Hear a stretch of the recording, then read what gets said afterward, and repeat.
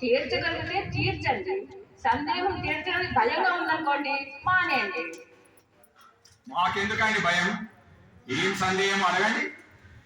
కన్యా వరైతే రూపం, మాత విత్తం ఇవన్నీ అన్నారు కదండి. మీ స్వామివారు కన్యా వరైతే రూపం అన్నారు కదా, ఏమన్నా మంచి అందగాడేనా? మీ రామచంద్రమూర్తి అసలే నల్లని శరీరం కలవాడు. ఏ మందగాడో ఏమో, ఎలుక తోకని తెచ్చి ఎన్నేళ్ళు ఉతికినా నలుపు నలిపే గాని తెలుపు కాదంటారు కదండి. అయినా నల్లగా ఉంటాడని అందరూ అంటుంటారు. నలుపు రంగు శరీరం ఉన్నవాడు ఎలా అందంగా ఉంటాడు అని సందేహం మాకు. మీకు నలుపు గురించి తెలియదండి. అయ్యో ఎంత మాట అన్నారు. ఇంద్రాచలము నలుపు, నలుపు యముడు నలుపు, సామజంబుది నలుపు, నలుపు ఆకాశము నలుపు, నలుపు తుమ్మెదలు నలుపు, కస్తూరి నలుపు, నీరజాక్షర తుప్పు, వెంట్రుకలు నలుపు, బలరామదేవుని వలువ నలుపు, నీరు నలుపు మరియు నీలోత్పలము నలుపు, కోకిలమ్మ నలుపు, నలుపు నారాయణే మెచ్చు అన్నారు కదండి. మరి అందగాడు కాదంటారే మీరు? ఆయన సాక్షాత్తు నారాయణ స్వరూపమే కదండి. ఆయన సౌందర్యం చూడడానికి 2 కళ్ళు సరిపోవు సుమా.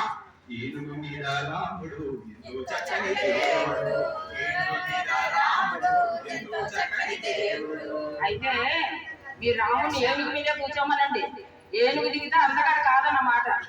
మా అమ్మవారు 16 కళలతో వెలిగిపోయే మహా సౌందర్య రాశి, సుగుణాల రాశి, ఒప్పుల తుప్ప, చక్కదనాల చుక్క, మరి మహామాయా శక్తి స్వరూపిణి, పుట్టుక నిర్యాణము లేనిది, అయోనిజ. ఆమె వీర్యశుల్క అనగా కేవలం వీర్యం అనగా పరాక్రమంతో మాత్రమే ఆమె గెలువు పడుతుంది. ఆమె మహా పతివ్రత శిరోమణి, స్వామివారిని నీడలా వెళ్లాడుతుంది. వనములకు వెళ్ళినా అక్కడ కూడా ఆమె స్వామివారిని అనుసరించి అదే అయోధ్య నగరంగా భావిస్తుంది. అవునండి బాబు, మీ అమ్మవారిని మా స్వామివారు వనానికి రావద్దని ఎంతగానో చెప్పారు. వనం అంటే ఎన్నో క్రూర మృగాలు, జంతువులు, రాక్షసులు ఉంటారు. ఎన్నో సమస్యలు వస్తాయి, నివాస యోగ్యం కాదు అని ఎంతగానో చెప్పారు. కానీ మీ అమ్మవారు మాట వింటుందా? మొండిగా. పైగా మా తండ్రి ధరించిన స్త్రీ అని తెలియక నిన్ను అల్లుడిగా చేసుకున్నారని అనేసి ఈ విధంగా అనడం ఎంతవరకు సముచితం? మీరే చెప్పండి. మీరు మర్చిపోయి నా నోటి నుంచి వచ్చింది. అయ్యో అయ్యగారు, అలా అర్థమైందా నీకు? మీ రామచంద్ర ప్రభువు ఊరికే పైకలా అంటారని మా అమ్మవారికి ముందే తెలిసే. ప్రణయంగా ఉంటే అనేక మాటలు వస్తాయి. మీ స్వామివారి హృదయం మా అమ్మకు బాగా తెలుసు.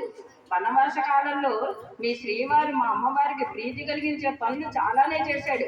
ఉదాహరణకు మా అమ్మవారి కొప్పు నిండా మల్లె పువ్వులు, జాజి ముగ్గులు, సంపెంగ పువ్వులు, గులాబీ పువ్వులు కలిపి అంతంగా అలంకరించేవాడు. పైగా ఆమె పాదాలకు లత్తుక పోసి ఎర్రగా అలంకరించాడు. అండర్లైన్. ఆమె పాదాలకు లత్తుక పోసి ఎర్రగా అలంకరించాడు. ఆమె చేతులకు గోరింటాకు పెట్టి అది పండేదాకా చూస్తూ కబుర్లు చెప్పేవారు. పైగా ఆమె మెప్పు కోసం వేకువనే అనగా తెల్లవారుజామున నదిలోకి చెరువులోకి దూక్కుంటూ వెళ్ళి అక్కడ కలువు పూలు కోసుకుని వచ్చి ఆమె మెప్పు కోసం ఎంతో పాట పడేవారు. ఎంత వారలైనా కాంతాదాసు, ఎంత వారలైనా కాంతాదాసు లేదా, ఎంత వారలైనా మిమ్మల్ని కలిపితే కందిరీగల పుట్ట అని మాకు ముందే తెలుసు.